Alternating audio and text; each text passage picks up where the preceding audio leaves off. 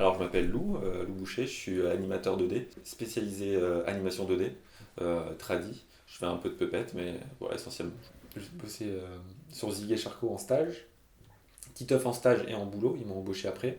Sur les Sisters, la série, juste en sortant de l'école, j'ai bossé sur les Sisters. J'ai bossé sur un film avec Serge Elissade, euh, son court-métrage, qui s'appelle 5 euros.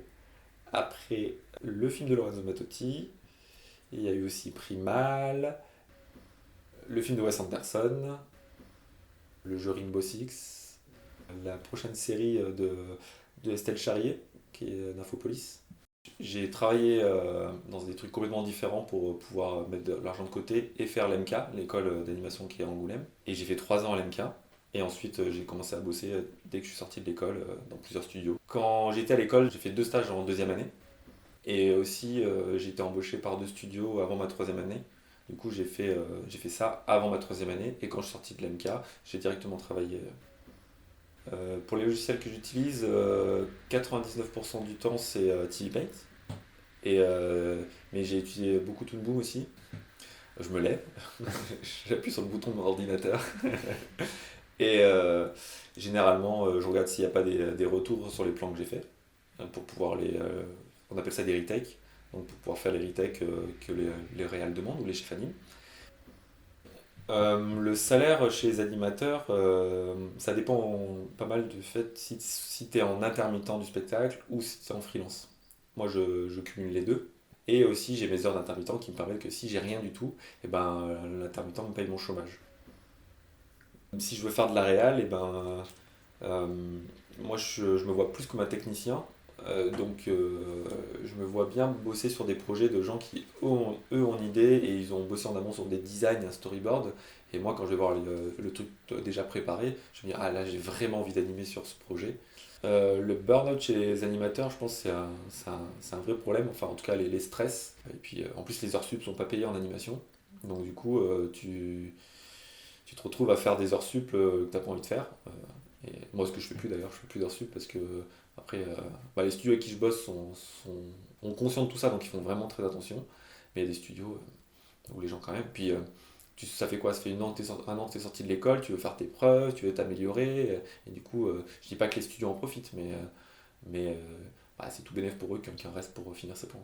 Pas mal de gens voient des psys ou en parlent entre eux. Donc ça permet de. Maintenant, on en parle de plus en plus, donc ça va aller de mieux en mieux, je pense. Peut-être qu'ils vont faire des choses. C'est pas toujours évident se cadrer.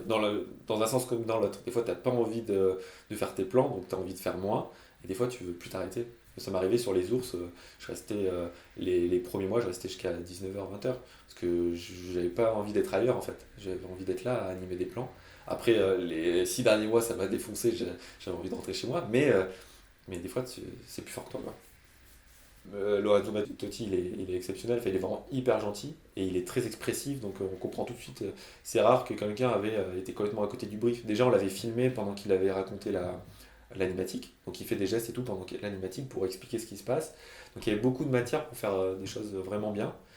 En fait, il regardait le storyboard et il faisait pause et il expliquait. Alors, Génial, il est plutôt comme ça, il fait plein de mouvements. Moi, il me disait toujours par exemple, je faisais 10 mouvements dans le plan, c'était déjà trop. Il fait, ah, tu pourrais rajouter ça, ça, ça, ça. Je fais, ah, non, mais Lorenzo, ça a jamais rentré. Et en fait, ça rentrait toujours. La différence entre bosser sur une série et un long métrage, c'est c'est souvent déjà le temps passé sur les plans. Mais si on prend vraiment genre Zig et Charcot, une petite série pour enfants qui passe à la télé et un long métrage genre Les Ours, en fait ouais, voilà, sur une série tu vas avoir entre 6 et 12 secondes à faire par jour et sur du long métrage c'est 1 à 2 secondes, des fois plus, ça peut arriver que ce soit plus mais ça dépend le style. Matotti c'était 2 secondes à peu près par jour. Donc, du coup ça permet de faire de la réhute, mais il y a des plans des fois où tu peux avoir 20 personnages et il faut tout faire et c'est pour ça que c'est long quoi. Il faut être un peu accroché parce que en fait, c'est un peu comme le storyboard. Une fois que tu as fait ton storyboard, tu fais, mais en fait, mon film, il est fini. En fait, tu vois, des fois, tu n'as pas envie de faire tout le reste après. Et l'animation, c'est un peu ça, des fois. Tu as fait tes postes clés, ça marche à peu près et tout, avec tes breakdowns, c'est cool. En fait, il y a tellement de trucs à faire après. Mon plan, il est fini, mais il faut encore intervaller. Il va falloir faire les fixes, il va falloir cleaner. Bon, là, je dis beaucoup de choses négatives, hein, mais il y a beaucoup aussi de plaisir.